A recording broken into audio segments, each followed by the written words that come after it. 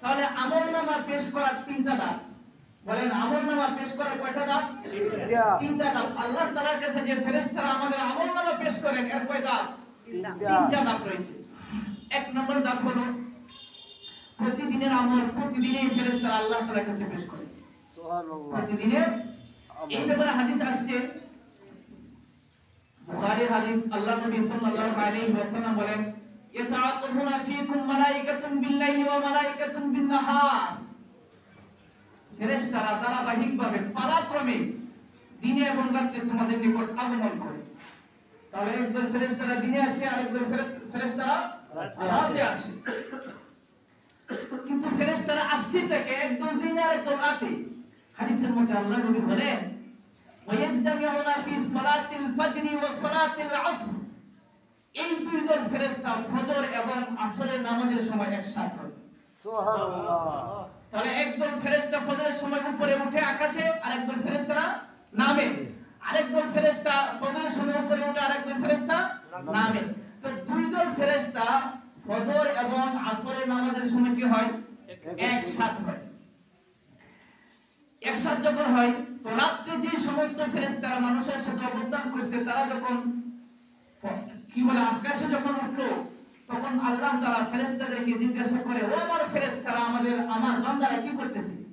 আচ্ছা এখানে একটা কথা বুঝেন, বলেন তো বান্দারা কি করতেছে এটা আল্লাহ তাআলা জানে কি জানে না? জানে। সবাই বলে জানে। এরপরে আল্লাহ তাআলা জানা সত্ত্বেও ফেরেশতাদেরকে আল্লাহ তাআলা জিজ্ঞাসা, ও আমার ফেরেশতারা, হাদিসের মধ্যে আসছে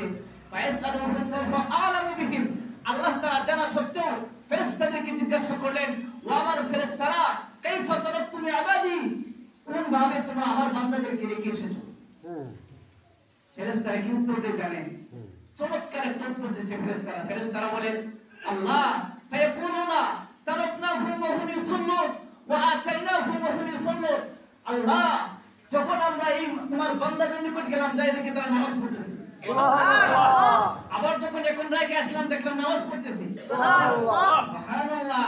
তাহলে ফেরেশতারা আল্লাহ দরবারে কি রিপোর্ট দিল? আল্লাহ আমরা যখন গেছি তখনই মানুষ নামাজ পড়ে, আবার এখন যখন আসলাম তখন মানুষ নামাজ পড়ে। সুবহানাল্লাহ। আচ্ছা বলেন তো ফেরেশতা যদি আল্লাহ তাআলা নিকট আমাদের নামে ভালো রিপোর্ট দেয় তাহলে আমাদের ভাগ্য ভালো না খারাপ? ভালো। আর সবাই বলেন ভালো। আমাদের ভাগ্য যদি ভালো হয় তাহলে তো আল্লাহ তাআলা আমাদের প্রতি সন্তুষ্ট থাকবেন, খুশি থাকবেন। ঠিক। তাহলে এই হাদিস দ্বারা আমরা বুঝলাম প্রত্যেক দিনের আমল ফেরেশতা আল্লাহ তাআলা নিকট কি করে? পেশ করে। এক নম্বর ধাপ গেল। দুই নম্বর ধাপ প্রতি সপ্তাহে ফেরেশতারা আল্লাহ তাআলা নিকট আমল পেশ করে। প্রতি সপ্তাহে হাদিসের মধ্যে আসছে আল্লাহ নবী সাল্লাল্লাহু আলাইহি ওয়াসাল্লাম বলেন ইন্না আ'মালা বানি আদম তুরাদু কুল্লা খামিসিন লাইলাতুল জুমআ। আদম সন্তানের আমলনামা, আদম সন্তানের আমল প্রতি বৃহস্পতিবারে দিনগত রাতে আল্লাহ তাআলা নিকট ফেরেশতারা পেশ করে। সুবহানাল্লাহ। তাহলে এক সপ্তাহ বান্দা যে আমল করলো পুরোটা পেশ করে কোন রাতে? বৃহস্পতিবার দিনগত রাতে আল্লাহ তাআলা দরবারে পেশ করে। তাহলে এই হাদিস দ্বারা আমরা বুঝতে পারলাম যে সাপ্তাহিক আমলও আল্লাহ তাআলা নিকট ফেরেশতারা পেশ করে। তিন নম্বর যে আলোচনা আমাদের মূল আলোচনা, তিন নম্বর আলোচনা হলো বাৎসরিক পুরো বছর এমন একটা মাস আছে যে মাসে ফেরেশতারা বান্দার আমলনামা আল্লাহ তাআলার দরবারে পেশ করে। সুবহানাল্লাহ। এখন বলতে হবে হুজুর তাহলে কোন মাসে পেশ করে? আমার আলোচনা এই জায়গাটায় যে কোন মাসে পেশ করবে। হাদিসের মধ্যে আসছে পুরো বছর যে বান্দার আমলনামা ফেরেশতারা আল্লাহ তাআলার দরবারে পেশ করবে সেই মাসটা হলো শাবান মাস। সুবহানাল্লাহ। সবাই সুবহানাল্লাহ পড়েন। সুবহানাল্লাহ। তাহলে শাবান মাস এবার বুঝেন কত দামি মাস? দামি মাস। পুরো বছরের আমলনামা এই শাবান মাসে ফেরেশতারা আল্লাহ তাআলার দরবারে পেশ করে। সুবহানাল্লাহ। তাহলে আমরা এক নম্বরে জানতে পারলাম প্রতিদিনের আমল ফেরেশতারা আল্লাহ তাআলার দরবারে পেশ করে। দুই নম্বরে আমরা জানতে পারলাম পুরো সাপ্তাহিক আমলনামা আল্লাহ তাআলার দরবারে ফেরেশতারা পেশ করে। আবার তিন নম্বরে জানতে পারলাম পুরো বছরের আমলনামা এই দামি মাস শাবান মাসের আল্লাহ তাআলার কাছে ফেরেশতারা পেশ করে। সুবহানাল্লাহ। তাহলে এই হাদিস দ্বারা বোঝা গেল শাবান মাসের গুরুত্ব আছে না নাই? আছে। আর বলেন শাবান মাসের গুরুত্ব আছে না নাই? আছে। শাবান মাসের গুরুত্ব যদি না থাকতো তাহলে ফেরেশতারা কেন এই মাসে পুরো বছরের আমলনামা আল্লাহ তাআলা নিকট পেশ করে? এই হাদিস দ্বারা আলহামদুলিল্লাহ الحمد لله نحمده ونستعينه ونستغفره ونؤمن به ونتوكل عليه ونعوذ بالله من شرور أنفسنا ومن سيئات أعمالنا من يهده الله فلا مضل له ولا وزير له ولا نظير له ولا ضد له ولا ند له ولا مثل له ولا مثيل له ولا مثال له ولا مشير له ولا معين له ولا كتاب بعد كتابه ولا نبوة بعد نبوته ولا رسالة بعد رسالته ولا سرية بعد سريته ولا أمة بعد أمته أشهد أن لا إله إلا الله لا إله إلا الله ولا خالق إلا الله ولا مالك إلا الله ولا حبيب إلا الله ولا رازق إلا الله ولا محيي إلا الله ولا مميت إلا الله ونشهد أن سيدنا وسندنا ونبينا وشفيعنا وحبيبنا وحبيب ربنا وطبيبنا وطبيب قلوبنا ومن جاءنا ومأوانا وأنورنا ومولانا محمدا عبده ورسوله الذي أرسله بالحق بشيرا ونذيرا وداعيا إلى الله بإذنه وسراجا منيرا أما بعد فقد قال الله تعالى مخبرا وآمرا في كلامه المجيد وفي فرقانه الحميد أعوذ بالله من الشيطان الرجيم بسم الله الرحمن الرحيم إن عدة الشهور عند الله 12 شهرا في كتاب الله يوم خلق السماوات والأرض منها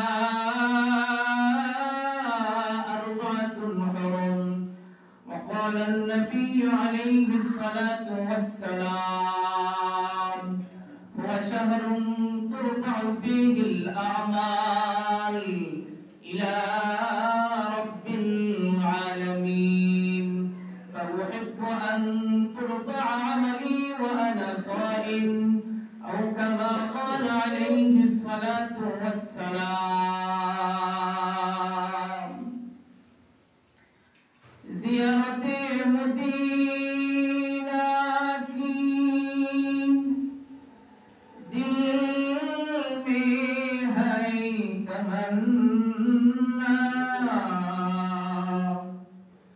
नहीं है मेरे पास सफर का समाना नहीं है मेरे पास सफर का समाना सुब्हानक ला इल्म लना इल्ला मा अल्लमतना इन्नका अंतल अलीमुल हकीम व सुब्हानक ला फहम लना इल्ला मा फहमतना इन्नका अंतल फहामुल करीम। अल्हम्दुलिल्लाह রব্বে কারীমের দরবারে অসংখ্য অগণিত শুকর আর সুজুদ যে রব্বে কারীম পালনকর্তা সৃষ্টিকর্তা পরওয়ারদিগারে আলম আমাদেরকে দয়া করে মায়া করে আদর করে মহব্বত করে ভালোবেসে আল্লাহ তাআলার ঘর সর্বোত্তম ঘর মসজিদে আশার বসার আলোচনা করা এবং শোনার তৌফিক আনায়াত করেছেন সে মহান মালিক রব্বে কারীমের দরবারে অন্তরস্থল থেকে শুকর আদায় করছি আলহামদুলিল্লাহ। আলহামদুলিল্লাহ। রব্বে কারীমের বড় নিয়ামত যে রব্বে কারীম আজকে আমাদেরকে শাবান মাসের 7 তারিখ, আচ্ছা বলেন তো আজকে শাবান মাসের কত তারিখ? 7 তারিখ এবং ফেব্রুয়ারি 7 তারিখ, তার মানে আরবি এবং ইংরেজি তারিখ মিল আছে। এই মাসে আরবি এবং ইংরেজি তারিখ মিল আছে। তো একদিক থেকে শাবানের 7 তারিখ আবার ফেব্রুয়ারিরও 7 তারিখ এবং মাঘ মাসের 24 তারিখ। তো এই তারিখ সমূহের মধ্যে রব্বে কারীম আমাদেরকে পুরো মহল্লা থেকে যাচাই বাছাই করে যথাসময়ে জুমার সালাত আদায় করবার জন্য জামে মসজিদে নিয়ে এসেছেন, সেটা একমাত্র আল্লাহ তাআলার বড় দয়া আর মায়া। আল্লাহ তাআলা যদি বান্দাকে দয়া মায়া না করেন তাহলে বান্দা ইচ্ছা করলেও সে কোনো ভালো কাজ করতে পারে না। বান্দার ইচ্ছার সাথে যখন আল্লাহর ইচ্ছা শক্তি মিলিত হয়, আল্লাহ যখন চান এই বান্দার কল্যাণ চান, মঙ্গল চান, ভালোই চান, এই বান্দাকে আল্লাহ তাআলা জাহান্নাম থেকে মুক্তি দিতে চান, শান্তির জায়গা, আরামের জায়গা, জান্নাত দিতে চান, ওই বান্দাকে দ্বীনি আলোচনা করা এবং শোনা এবং আমল করার তৌফিক দান করেন। সুবহানাল্লাহ। হাদিসের আলোকে আমরা বুঝতে পারলাম আল্লাহ তাআলা আমাদের জন্য ভালোই চান, আমাদের কল্যাণ মঙ্গল চান। এই জন্যই তো আমাদেরকে জুমার সালাত বা আলোচনা শোনার জন্য মসজিদে নিয়ে এসেছে। যাই হোক, আমরা অন্যদিকে ভূমিকা লম্বা না করে আমাদের মূল আলোচনার মধ্যে চলে যাব। আপনাদের সামনে যে আয়াতে কারিমা এবং হাদিস শরীফ তেলাওয়াত করেছি, তেলাওয়াতকৃত আয়াত এবং হাদিসের মধ্যে শাবান মাসের ফাজাইল ফজিলত, শাবান মাসের আমল সম্পর্কে আলোচনা করা হয়েছে। আচ্ছা বলেন তো আমরা যে মাসে অবস্থান করছি এই মাসের নাম কি? শাবান মাস। তো আমি আয়াতে পড়েছি শাবান সম্পর্কে, শাবান মাসের আমলের কি গুরুত্ব, শাবান মাসের কি ফাজাইল, কি ফজিলত। তাহলে আমরা কি বুঝলাম? আজকের আলোচনার বিষয় হলো শাবান মাসের ফজিলত সম্পর্কে। আজকের আলোচনার বিষয় কি? শাবান মাসের ফজিলত। দেখেন, শাবান মাস একটি গুরুত্বপূর্ণ মাস। এই শাবান মাসের অনেক তাৎপর্য রয়েছে। শাবান মাস অনেক গুরুত্বপূর্ণ মাস, এই মাসের অনেক তাৎপর্য রয়েছে এবং এই মাসের মধ্যে আল্লাহ তাআলা অসংখ্য অগণিত ঘটনা ঘটাইছেন এই মাসে। বলেন কোন মাসে ঘটেছে? শাবান মাসে। আচ্ছা, এর আগে আমরা একটু পরিচিত হই। শাবান শব্দের অর্থ কি? শাবান শব্দের অর্থ হলো জমা হওয়া, একত্রিত হওয়া। বলেন তো দেখি শাবান মাসের অর্থ কি? একত্রিত হওয়া। একত্রিত হওয়া, জমা হওয়া। আল্লামা বদরুদ্দিন আইনি রাহমাতুল্লাহি আলাইহি বলেন শাবান মাসটা ওয়া ইস্তিকাকু শাবান মিনাশ শাবি। শাবান শব্দটা শাবান শব্দ থেকে বের হয়েছে। আর শাবান শব্দের অর্থ হলো হুয়াল ইজতিমা, একত্রিত হওয়া। তাহলে আমরা বুঝলাম শাবান শব্দের অর্থ কি? একত্রিত হওয়া। আচ্ছা, তাহলে শাবান মাসকে শাবান মাস কেন বলা হয়? ওই শাবান মাসকে শাবান মাস এই জন্য বলা হয় লিআন্নাহু ইয়াতাশাআবু ফীহি খায়রুন কাসীর কা রমাদান। যেহেতু রমজান মাসের মধ্যে, এই মাসের মধ্যে আল্লাহ তাআলা অসংখ্য অগণিত খায়ের রহমত একত্রিত করে রেখেছেন, জমা করে রেখেছেন, এই জন্য শাবানকে শাবান বলা হয়। সুবহানাল্লাহ। তাহলে রমজান মাসের মধ্যে যেহেতু শাবান মাসের মধ্যে অসংখ্য অগণিত রহমত খায়ের বরকত রেখেছেন, এই জন্য শাবান মাসকে কি বলা হয়? শাবান বলা হয়। এই শাবানের মধ্যে, শাবান মাসের মধ্যে ইতিহাসের অনেক গুরুত্বপূর্ণ ঘটনা ঘটেছে। কোন মাসে? শাবান মাসে। আচ্ছা বলেন তো রমজান মাসের রোজা নফল না ফরজ? সবাই বলেন ফরজ। এই রমজান মাসের ফরজ রোজাটাও ফরজ করা হয়েছে এই শাবান মাসে। সুবহানাল্লাহ। রমজান মাসের রোজা যে ফরজ, এটা ফরজ করা হয়েছে কোন মাসে? শাবান মাসে। শাবান মাসে। ইমাম নববী রাহমাতুল্লাহি আলাইহি বলেন, ফুরিদা ফি শাবান ফি সানাতি সানিয়াতি মিনাল হিজরা, দ্বিতীয় হিজরির শাবান মাসে রমজানের রোজাকে ফরজ করা হয়েছে। সুবহানাল্লাহ। মানে রমজানের মতো একটা দামি রোজা, এই রোজাটাও ফরজ করা হয়েছে কোন মাসে? শাবান মাসে। শাবান মাসে। এবং এই শাবান মাসে আরেকটা গুরুত্বপূর্ণ ঘটনা ঘটেছে। আল্লাহ নবী যতদিন মক্কায় ছিলেন, বলেন আল্লাহ নবী যতদিন মক্কায় ছিলেন, তো আল্লাহ নবী নামাজ পড়তেন বাইতুল্লাহ শরীফকে সামনে রেখে। সুবহানাল্লাহ। নামাজ পড়ি বাইতুল্লাহ দিকে, নামাজ পড়ি না বাইতুল্লাহ দিকে। তো আল্লাহ নবী যতদিন মক্কায় ছিলেন, আল্লাহ নবী সাল্লাল্লাহু আলাইহি ওয়াসাল্লাম কাবা শরীফের দিকে এবং বাইতুল মাকদিস এই দুটোকে সামনে নিয়ে নামাজ পড়তেন। বাইতুল মুকাদ্দাস বুঝেন তো, এর আগে আলোচনা করেছিলাম, বর্তমানে ফিলিস্তিনে যে বাইতুল মুকাদ্দাস আছে ওই বাইতুল মুকাদ্দাস। তো আল্লাহ নবী সাল্লাল্লাহু আলাইহি ওয়াসাল্লাম যতদিন মক্কায় ছিলেন, তো কাবা এবং এই বাইতুল মুকাদ্দাস দুটোকে সামনে রেখে নামাজ পড়তেন। সুবহানাল্লাহ। দুটোকে সামনে রেখে নামাজ পড়তেন। কিন্তু আল্লাহ নবী সাল্লাল্লাহু আলাইহি ওয়াসাল্লাম যখন হিজরত করে মদিনায় গেলেন, কোথায় গেলেন? মদিনায় গেলেন। এইবার দুটোকে সামনে নিয়ে নামাজ পড়ার সুযোগ হয় না, কারণ একটা হচ্ছে উত্তর দিকে আর একটা হচ্ছে দক্ষিণ দিকে। কাবা হচ্ছে উত্তর দিকে, বাইতুল মুকাদ্দাস দক্ষিণ দিকে, তাহলে দুটোকে সামনে নিয়ে নামাজ পড়ার সুযোগ আছে? নামাজ পড়ার সুযোগ নাই। কিন্তু যেহেতু আল্লাহ তাআলা বিধান দিয়েছেন বাইতুল মুকাদ্দাসের দিকে মদিনায় গিয়ে আল্লাহ নবী 16 এবং 17 মাস, 16 অথবা 17 মাস নামাজ পড়ছেন বাইতুল মুকাদ্দাসের দিকে ফিরিয়া। কোন দিকে? কিন্তু আল্লাহ নবীর দিলের তামান্না ছিল, দিলের মধ্যে আশা ছিল যে আমি বাইতুল্লাহর দিকে নামাজ পড়ি। আশা কি ছিল? বাইতুল্লাহর দিকে নামাজ পড়া, এটা ছিল দিলের তামান্না। কিন্তু যেহেতু মদিনায় চলে আসছে, এখন বাইতুল মুকাদ্দাসের দিকে নামাজ পড়তেছে। 16 মাস বের হয়ে গেল, 17 মাস পার হয়েছে, বাইতুল মুকাদ্দাসের দিকে নামাজ পড়েন। কিন্তু আল্লাহ নবীর দিলের তামান্না ছিল যে আমি বাইতুল্লাহর দিকে নামাজ পড়ি। এই জন্য আল্লাহ নবী বারবার আকাশের দিকে তাকাইতেন, কখন জিবরাইল আয়াত নিয়ে আসবে, আমি আবার বাইতুল্লাহর দিকে নামাজ পড়ব। সুবহানাল্লাহ। একদিন আল্লাহ তাআলা জিবরাইলকে দিয়ে আয়াত পাঠিয়ে দিলেন। হযরত জিবরাইল আলাইহিস সালাতু ওয়াস সালাম আয়াত শোনায় দিলেন। কি? আল্লাহ তাআলা বলেন, قد نرى تقلب وجهك في السماء فلنولينك قبلة ترضاها فولي وجهك شطر المسجد الحرام। আল্লাহ তাআলা বলেন, নবী আমি আপনার দিলের খবর জানি, আপনার দিলের তামান্না জানি, আপনার দিলের মধ্যে কি আশা আকাঙ্ক্ষা এটা আমি নবী জানি, কি আমি আল্লাহ জানি। কি আপনি আবার চাইতেছেন বাইতুল্লাহর দিকে নামাজ পড়ার জন্য? যান, আজকে থেকে আপনার কিবলা, আজকে থেকে আপনার কাবা বাইতুল্লাহকে বানিয়ে দিলাম। সুবহানাল্লাহ। পরে আবার বাইতুল্লাহর দিকে নামাজ নবী পড়ছেন, এখন আমরা কোন দিকে ফিরে নামাজ পড়ি? বাইতুল্লাহ। তাহলে এবার দেখেন, প্রথমে সর্বপ্রথম নামাজ পড়ছে বাইতুল্লাহর দিকে। মদিনায় যখন হিজরত করে গেছে তখন 16 এবং 17 মাস নামাজ পড়ছেন কোন দিকে? বাইতুল মুকাদ্দাসের দিকে ফিরা। এরপরে আবার বাইতুল্লাহর দিকে বর্তমানে আমরা কি করি? নামাজ পড়ি। এই যে দ্বিতীয়বার যে আবার বাইতুল্লাহর দিকে কিবলা করে দিলেন, এই ঘটনাটা ঘটছে এই শাবান মাসে। সুবহানাল্লাহ। তাহলে দ্বিতীয়বার যে আবার বাইতুল্লাহর দিকে আমাদেরকে কিবলা আল্লাহ বানাইলেন, এই ঘটনাটা ঘটাইছে কোন মাসে? শাবান মাসে। শাবান মাসে।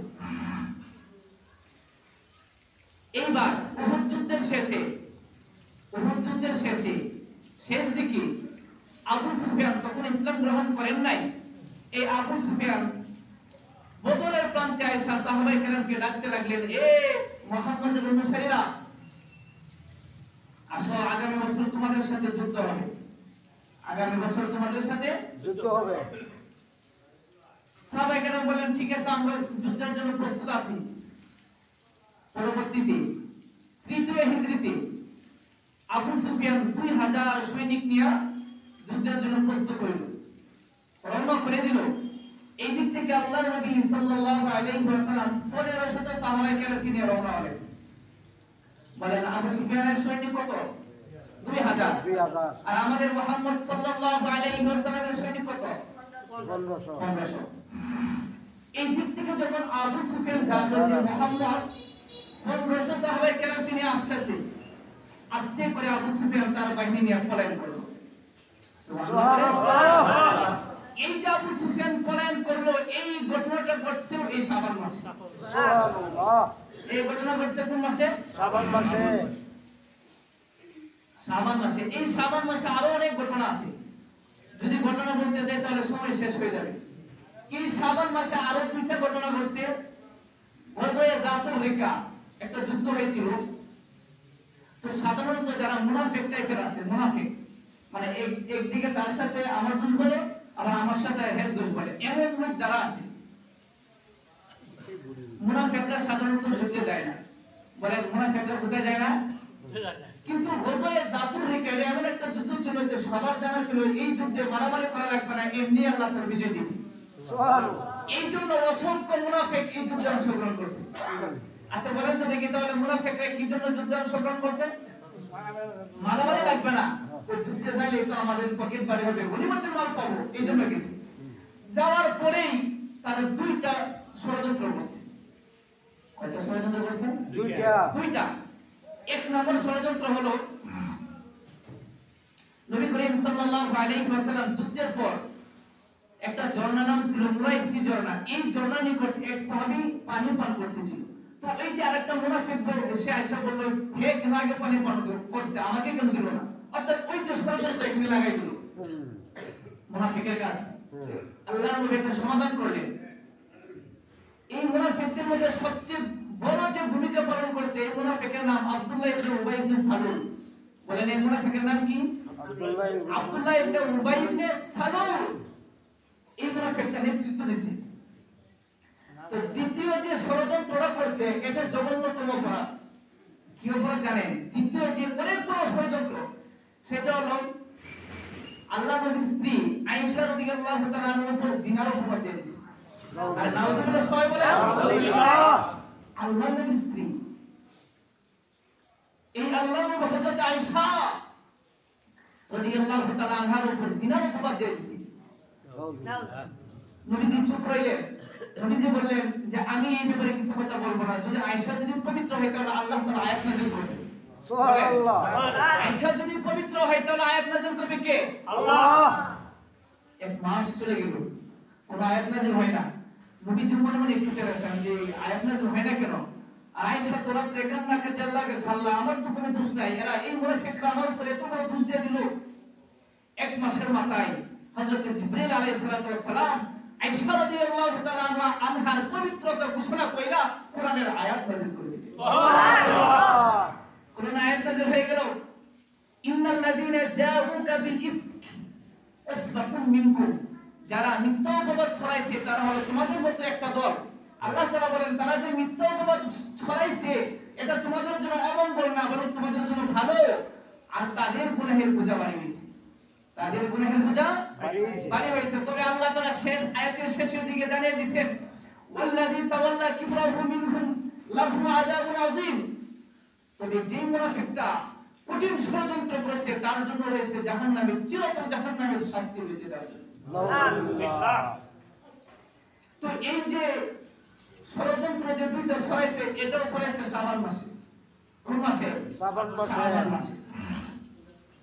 তাহলে বলছিলাম এই শাবান মাসে অনেকগুলো ঘটনা ঘটছে, সবগুলো বলা যাবে না, সবগুলো বলার সময়ও নাই। এই শাবান মাসের এত ফজিলত, আমরা কিন্তু এখনো ফজিলতের মধ্যে যাই নাই। শাবানের কি কি আমরা এখনো যাই নাই, আস্তে আস্তে যাবো, দেখি কত আলোচনা করা যায়। শাবান মাস এমন একটা মাস, এই শাবান মাসে বান্দার আমল আল্লাহ তাআলার দরবারে পেশ করা হয়। সুবহানাল্লাহ। আমরা যা আমল করি এই সমস্ত আমল এই শাবান মাসে আল্লাহ তাআলার দরবারে কি করা হয়? পেশ করা হয়। হাদিস শরীফের মধ্যে আসছে, আল্লাহ নবী বলেন, শাবান মাস এমন একটা মাস যে মাসের মধ্যে ওয়া শাহরুন তুরফাউ ফীহিল আমাল ইলা রাব্বিল আলামিন। শাবান মাস এমন একটা মাস যে মাসের মধ্যে আল্লাহ তাআলার নিকট বান্দার আমলনামা পেশ করা হয়। সুবহানাল্লাহ। তো আল্লাহ তাআলার নিকট যে বান্দার আমলনামা পেশ করা হয়, এখানে কয়েকটা ধাপ আছে। কিছু কিছু আমল আছে যে প্রত্যেক দিনের আমল আল্লাহ তাআলার কাছে পেশ করা হয়। সুবহানাল্লাহ। আবার কিছু কিছু এমন আমল আছে যে পুরো সপ্তাহের আমলনামা আল্লাহ তাআলার কাছে পেশ করা হয়। সুবহানাল্লাহ। আবার কিছু এমন আমল আছে যে পুরো বছরের আমল আল্লাহ তাআলার দরবারে পেশ করা হয়। সুবহানাল্লাহ। তাহলে আমলনামা পেশ করার তিনটা ধাপ। বলেন আমলনামা পেশ করে কয়টা ধাপ? তিনটা ধাপ। আল্লাহ তাআলার কাছে যে ফেরেশতারা আমাদের আমলনামা পেশ করেন এর কয় ধাপ? তিনটা ধাপ রয়েছে। এক নম্বর ধাপ হলো প্রতিদিনের আমল প্রতিদিনই ফেরেশতারা আল্লাহ তাআলার কাছে পেশ করে। সুবহানাল্লাহ। প্রতিদিনের এই ব্যাপারে হাদিস আসছে, বুখারীর হাদিস, আল্লাহ নবী সাল্লাল্লাহু আলাইহি ওয়াসাল্লাম বলেন ইয়াতাআকাবুনা ফীকুম মালাইকাতুন বিল-লাইলি ওয়া মালাইকাতুন বিন-নাহার। ফেরেশতারা ধারাবাহিকভাবে পালাক্রমে দিনে এবং রাতে তোমাদের নিকট আগমন করে। তাহলে একদল ফেরেশতারা দিনে আসে আর একদল ফেরেশতারা রাতে আসে। কিন্তু ফেরেশতারা আসতে থাকে একদল দিনে আর একদল রাতে। হাদিসের মধ্যে আল্লাহ নবী বলেন ওয়ায়াজতামিউনা ফি সালাতিল ফাজরি ওয়া সালাতিল আসর। এই দুই দল ফেরেশতা ফজর এবং আসরের নামাজের সময় একসাথে হয়। সুবহানাল্লাহ। তাহলে একদল ফেরেশতা ফজরের সময় উপরে উঠে আকাশে, আর একদল ফেরেশতারা নামে। আরেকদল ফেরেশতা ফজরের সময় উপরে উঠে আরেকদল ফেরেশতা নামে। তো দুই দল ফেরেশতা ফজর এবং আসরের নামাজের সময় কি হয়? একসাথে হয়। একসাথে যখন হয় তো রাতে যে সমস্ত ফেরেশতারা মানুষের সাথে অবস্থান করছে তারা যখন কি বলে আকাশে যখন উঠলো তখন আল্লাহ তাআলা ফেরেশতাদেরকে জিজ্ঞাসা করে, ও আমার ফেরেশতারা আমার বান্দারা কি করতেছে? আচ্ছা এখানে একটা কথা বুঝেন, বলেন তো বান্দারা কি করতেছে এটা আল্লাহ তাআলা জানে কি জানে না? জানে। সবাই বলেন জানে। এরপরে আল্লাহ তাআলা জানা সত্ত্বেও ফেরেশতাদেরকে আল্লাহ তাআলা জিজ্ঞাসা করেন, ও আমার ফেরেশতারা, হাদিসের মধ্যে আসছে আল্লাহ তাআলা জানা সত্ত্বেও ফেরেশতাদেরকে জিজ্ঞাসা করলেন, ও আমার ফেরেশতারা কাইফা তারাকতুম ইবাদি, কোন ভাবে তোমরা আমার বান্দাদেরকে রেখে এসেছো? ফেরেশতারা কি উত্তর দিয়ে জানেন? চমৎকার একটা উত্তর দিয়েছে ফেরেশতারা। ফেরেশতারা বলেন আল্লাহ ফায়াকুলুনা তারাকনাহুম ওয়া হুম ইউসাল্লুন ওয়া আতাইনাহুম ওয়া হুম ইউসাল্লুন। আল্লাহ যখন আমরা এই তোমার বান্দাদের নিকট গেলাম যাই দেখি তারা নামাজ পড়তেছে। সুবহানাল্লাহ। আবার যখন এখন রাইকে আসলাম দেখলাম নামাজ পড়তেছে। সুবহানাল্লাহ। সুবহানাল্লাহ। তাহলে ফেরেশতারা আল্লাহ দরবারে কি রিপোর্ট দিল? আল্লাহ আমরা যখন গেছি তখন মানুষ নামাজ পড়ে, আবার এখন যখন আসলাম তখন মানুষ নামাজ পড়ে। সুবহানাল্লাহ। আচ্ছা বলেন তো ফেরেশতা যদি আল্লাহ তাআলার নিকট আমাদের নামে ভালো রিপোর্ট দেয় তাহলে আমাদের ভাগ্য ভালো না খারাপ? ভালো। আর সবাই বলেন ভালো। আমাদের ভাগ্য যদি ভালো হয় তাহলে তো আল্লাহ তাআলা আমাদের প্রতি সন্তুষ্ট থাকবেন, খুশি থাকবেন। ঠিক। তাহলে এই হাদিস দ্বারা আমরা বুঝলাম প্রত্যেক দিনের আমল ফেরেশতা আল্লাহ তাআলার নিকট কি করে? পেশ করে। এক নাম্বার ধাপ গেল। দুই নাম্বার ধাপ প্রতি সপ্তাহে ফেরেশতারা আল্লাহ তাআলার নিকট আমল পেশ করে। প্রতি সপ্তাহে হাদিসের মধ্যে আসছে আল্লাহ নবী সাল্লাল্লাহু আলাইহি ওয়াসাল্লাম বলেন ইন্না আ'মারা বানি আদম তুরাদু কুল্লা খামিসিন লাইলাতুল জুমআ।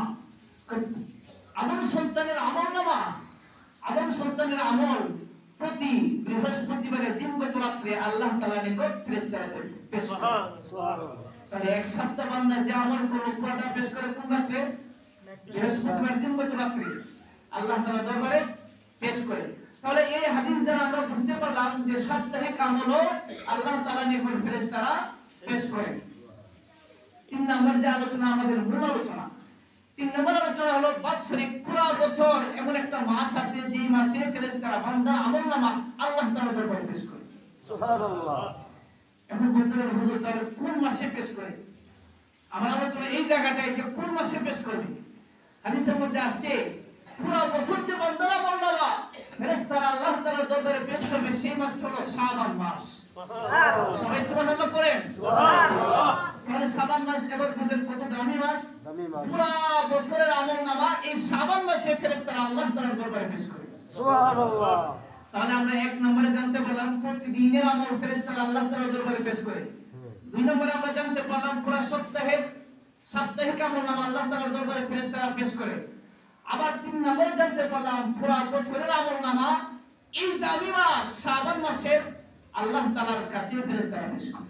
সুবহানাল্লাহ। তাহলে এই হাদিস দ্বারা বোঝা গেল শাবান মাসের গুরুত্ব আছে না নাই? আছে। আর বলেন শাবান মাসের গুরুত্ব আছে না নাই? আছে।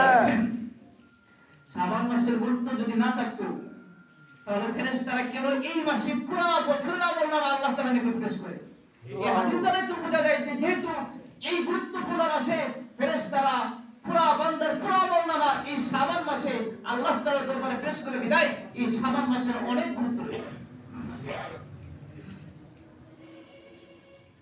শাবানের অনেক ফাজাইল আছে, আজকে তো সময় শেষ, আমরা আগামী সপ্তাহে আলোচনা করব। আচ্ছা আরেকটা কথা বলে ফেলি, আগামী শুক্রবার দিনগত রাত্রে আমাদের শবে বরাত হবে। তাহলে বলেন তো শবে বরাত কোন তারিখে হবে? আগামী শুক্রবার দিনগত রাত্রে 14 ফেব্রুয়ারি। কোন ফেব্রুয়ারি? 14 ফেব্রুয়ারি। আরেকটা মাসলা বলে দেই, এই 14 ফেব্রুয়ারি যেটা আমরা শবে বরাত বলতেছি, এই শবে বরাতে নির্ধারিত কোনো নামাজ নাই। মানে দেখবেন গ্রামে গঞ্জে অনেক সময় অনেক মানুষের জায়গায় হুজুর এই শবে বরাতের নামাজের মধ্যে নাকি সূরা ইখলাস 11 বার পড়তে হবে, আবার সূরা ফাতিহা নাকি 50 বার পড়তে হবে। এমন জিগায় না, এমন কোন মাসলা নাই। আমরা অন্যান্য তারিখে যেভাবে নফল নামাজ পড়ি, এই শবে বরাত রাত্রিতেও আপনি নফল নামাজ পড়বেন একা একা, জামাতে না। কোরআন তেলাওয়াত করবেন একা একা, জামাতে না। সালাত তাসবিহ নামাজ